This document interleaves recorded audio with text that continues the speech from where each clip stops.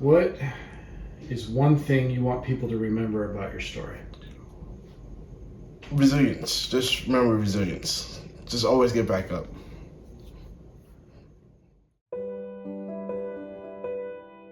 My name is Alexander Kingsley Dean.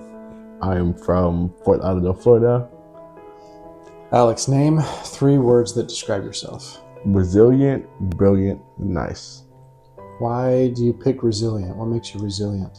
Usually when I get knocked back down or have a bad day, I usually try to feel it out for a little bit and then I get right back to it afterwards. So usually don't stay down for long. How would you describe the purpose of your life? Purpose of my life? Right now, I'm trying to build myself up so I will be able to help anyone that are in similar situations, worse, or just trying to get by like I was at one point in time. What is your favorite song, and in what ways does music affect you? It would have to definitely be Let Me Know by Juice WRLD. And music for me, it affects me. It usually gives me a positive vibe, usually no matter what song I'm listening to. And it helps me work, helps me study, helps me play. Music has pretty much always been there and always will be. What are 5 things you're thankful for today? Food, friends and family, the church, video games, and music. Well, when I was first born, I was born in Broward County. And for our first 4 years of at least my life, we moved over to the Bahamas. We moved there to live with our mother. And our father was there. We stayed with him a couple times, but that was it. Early life, I don't remember much, but what I could remember from visiting was a lot of beach trips, a lot of fishing, fresh air all the time, cool people all around, just fun times. And what's your favorite thing to eat in the Bahamas? There's this dish called fried conch fritters, and those are pretty good. Tell me about your grandma, what you remember about her, and just kind of her role in your life. Our grandma had a language barrier between me and her, and also our brother. So it was a little bit difficult to understand her, but she was very caring and she tried her best. We never had a vehicle, so she would mostly take the bus and walk most places. And I remember she used to just walk to work sometimes. And seeing her do that at her age was kind of inspiring to me. And she spoke Creole? Yes. And what kind of work did she do? Usually odd jobs. For the longest time, I remember her working at the swap shop. She worked in the produce section because there were a lot of more Haitians there and they usually support each other over there. So it was kind of easy for her to kind of get in and get acquainted with the people around. So. And you learned a little Creole? Yes. So say something in Creole. Well, pas qu'à parler Creole bien, but where Remember manger.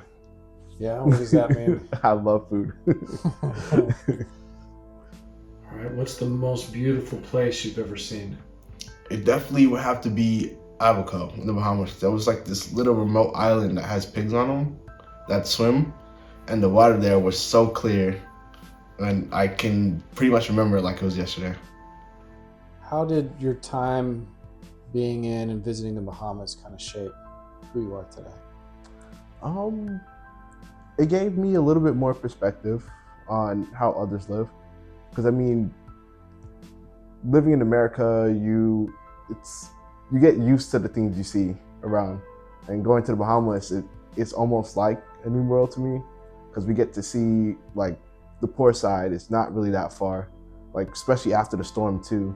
There were a lot of people who were kind of in shacks, so we got to see a little bit of that. And two, it's a lot more peaceful, a lot less technology in your face all the time, a lot more outdoors, hanging with family. So it's a real connection there. We spent up until kindergarten for me in the Bahamas, and my brother got to first grade. When we moved over here, it didn't count because our grandma couldn't speak a lick of English, and we speak fluent English.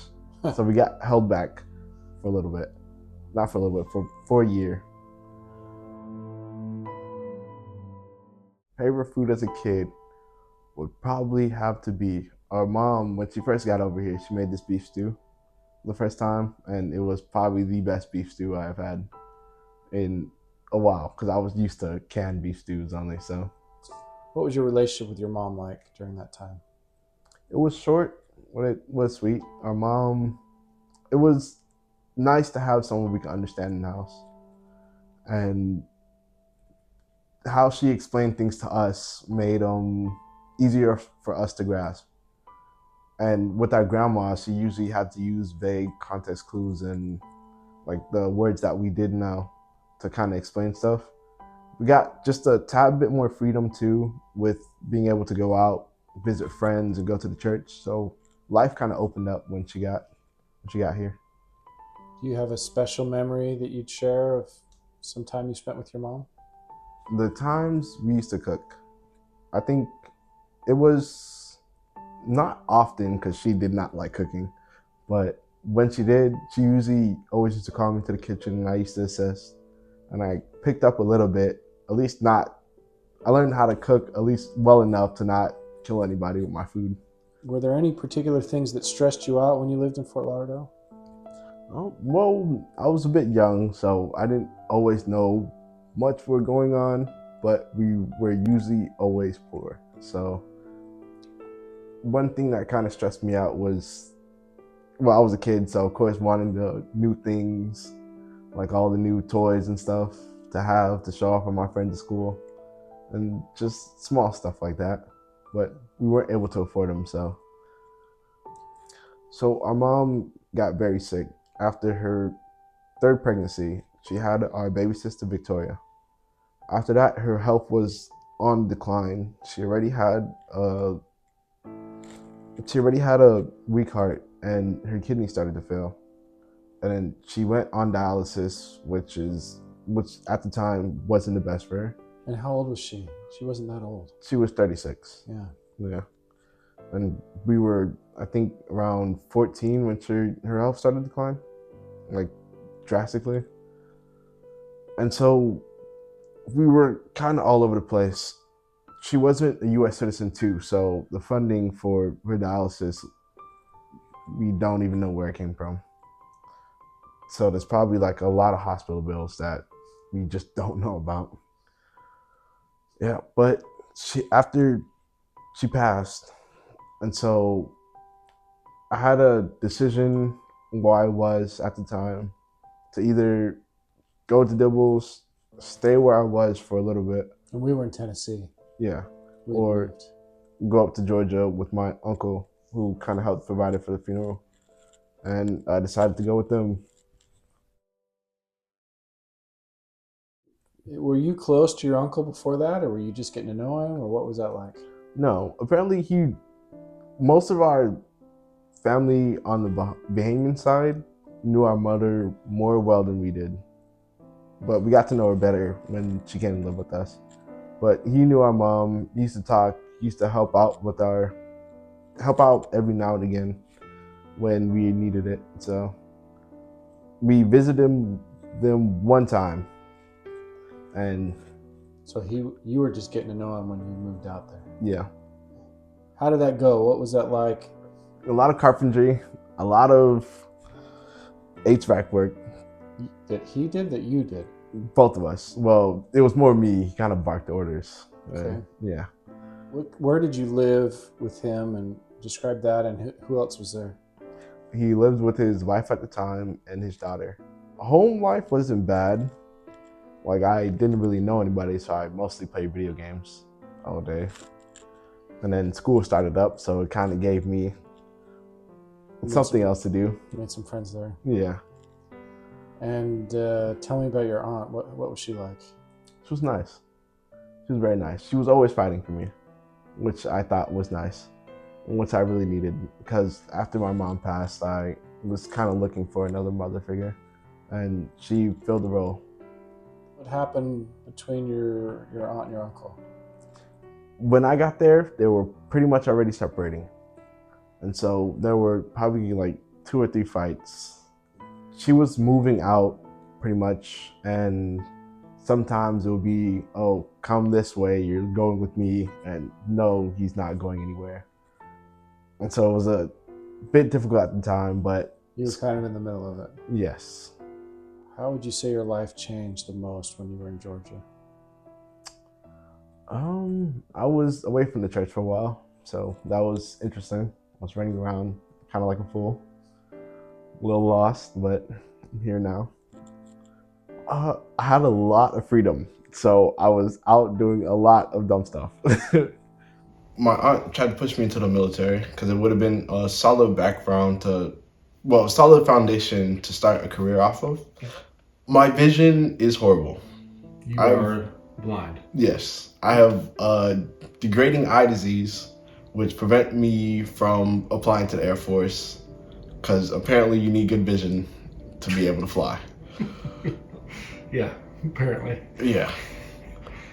What would you say you learned about yourself during that time? No matter how much your back is against the wall, there's usually a better way to do things. No matter how dim things get at times, there's usually always another way. So just to keep pushing forward regardless. Because to sit down and feel sorry for yourself is not helping nobody. What else can you tell me about your brother Jaleel? He's just a pretty cool dude. Like, I learned most of what I know now from Jaleel. And if it wasn't for him showing me cool stuff, like, he's kind of the reason why I watch anime. And he was a big tech head as a kid, so that's why I get my love from technology from. And video games, some of my music was influenced by him too. So he was just a big part of my, pretty much all I had too at the time. Because couldn't really speak to grandma like that. And so when I come home, Jaleel was usually the first person I was looking for. Just had all of our fun together. Do you feel like you're on a positive path? I mean, this feels like a positive energy conversation. Yeah. Was there a moment when things really started to shift for you? When I was out of high school, I was like pretty much at my lowest point. Kind of was out of school, military wasn't working so well.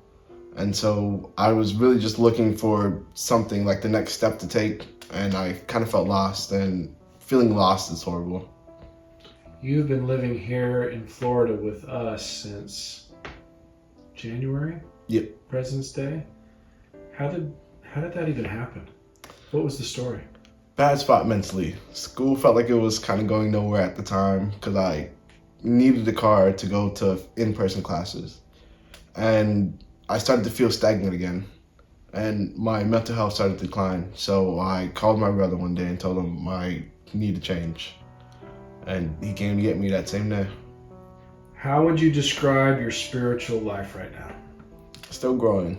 I remember a lesson about a little mustard seed, that if you continuously keep watering it, it will grow to something beautiful. And right now, I still feel like a seed that needs water. So, still learning, still a lot left growing I have to do. Can you share a moment when you felt God was really aware of you? When I called my brother and I told him to come pick me up, I just thought to myself, and I kind of felt the spirit too, but I thought to myself, there's people out there that are like still looking out for me, and that was a lot for me. What's the best news you ever received? You got accepted into school, because that's kind of what all my parents have been pushing for. So being accepted into school, and also seeing my brother get accepted into the military and currently almost finished with basic training, that's also some pretty good news. What made you decide to apply to BYU Idaho? I know it's a lot of smart people would be there. Two, you said the classes are more hands-on, and two, the spirit would be there always. And so I would be less prone to do something stupid. And also, I've heard stories of a lot of people kind of starting their lives there too. So I think it would be best. What are you hoping to study, and what do you want to do with it? Computer science with a minor in psychology. And I'm hoping to be at the forefront of AI and probably a little bit of engineering on the side, a little bit of tech development. So now go in the time machine and go 25 years in the future. Tell me about what's going on in your life 25 years from now. I would definitely be graduated by then. Hopefully married. Hopefully either have kids or plan on it. Well, 25, I'm 20, so I'll be 40. So yes, probably would have kids by then. How many kids? 2. And how do you hope to give back and help others in the future? Donating is sort of a scam. So if I want to give, it would be probably directly to a person in need. Like anyone around me that needs, and I have the ability to help, I will provide any way I can. Plus, to people, you usually always have someone in your ward that can use help. So just provide help wherever it's needed. Try to be kind and nice to strangers that I meet on the street, because you never know what kind of day someone's having. So you've had some challenges growing up that not everybody has. What do you think about your background has helped you become who you are today? Just like they say, hard times make humble people. So I don't know if I would have been as humble as I am now, or at least try to be, or at least appear. I'm not really sure how humble I come off as, but just a little bit of humility, and I try not to judge, because everyone has their own problems. You never know what someone's going through. You never know how they got in that situation. So try not to judge, be open and kind to anyone I meet. What would it mean to you to have support from people who believe in your journey? Sometimes I don't believe in myself. So to know that there's people who believe in me, even though I don't believe it, it gives me the motivation I need to keep going. If someone is watching this and thinking about donating, what would you want to say to them? Thank you. I may not be able to pay you back in any way, shape, or form anytime soon, but I do hope it brings a little peace of mind that whatever I obtain in the future, I will try my best to put it towards people that are in the same situation.